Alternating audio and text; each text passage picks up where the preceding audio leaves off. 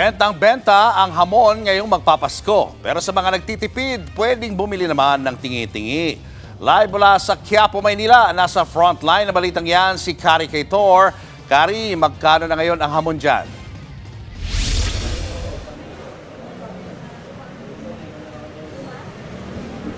Yes, Julius, alam mo, hindi talaga pwedeng mawala sa handaan ngayong Pasko ang hamon. Kaya naman, bentang-benta nga ito rito sa isa sa mga kilalang tindahan sa Quiapo sa Maynila. Ang totoo niyan, bagamat ngayon ay medyo maluwag na dahil pasara na sila, kanina ay talagang pinilahan ito ng mga consumer na gusto nga magkaroon ng hamon sa kanilang Noche Buena. Nagkaubusan pa nga yung scrap ham na nagkakahalaga ng 450 hanggang 1,800 pesos, depende sa dami. Pero bukod dyan, isa pang mabili ay yung Chinese ham na pwede mong kunin either tingi-tingi or isang buo, isang kilo.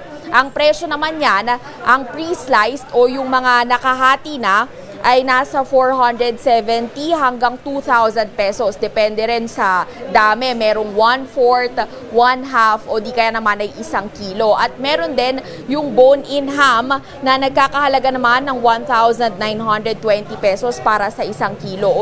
At bukod dyan, yung debone din na nasa 1,820 pesos. Pero gaya nga nung nabanggit mo, mabenta rin talaga yung tingi-tingi, lalo na sa mga nagtitipid o nagbabudget lang. Bagamat merong mga mamimili na talagang nag-ipon o talagang naglaan sila ng budget para roon sa isang kilo dahil ang sabi nga nila ay tradisyon nila na may ham sa Noche Buena. So kahit na medyo may kamahalan yung presyo, ang totoo nagtaas pa nga raw ng hindi bababa sa 20 pesos yung ham dito, ay talagang bumibili pa rin sila para nga sa darating na Pasko.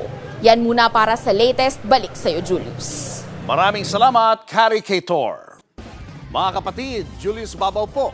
Para sa komprehensibo at makabuluhang balitaan at talakayan, mag-follow at mag-subscribe na sa social media pages ng News 5.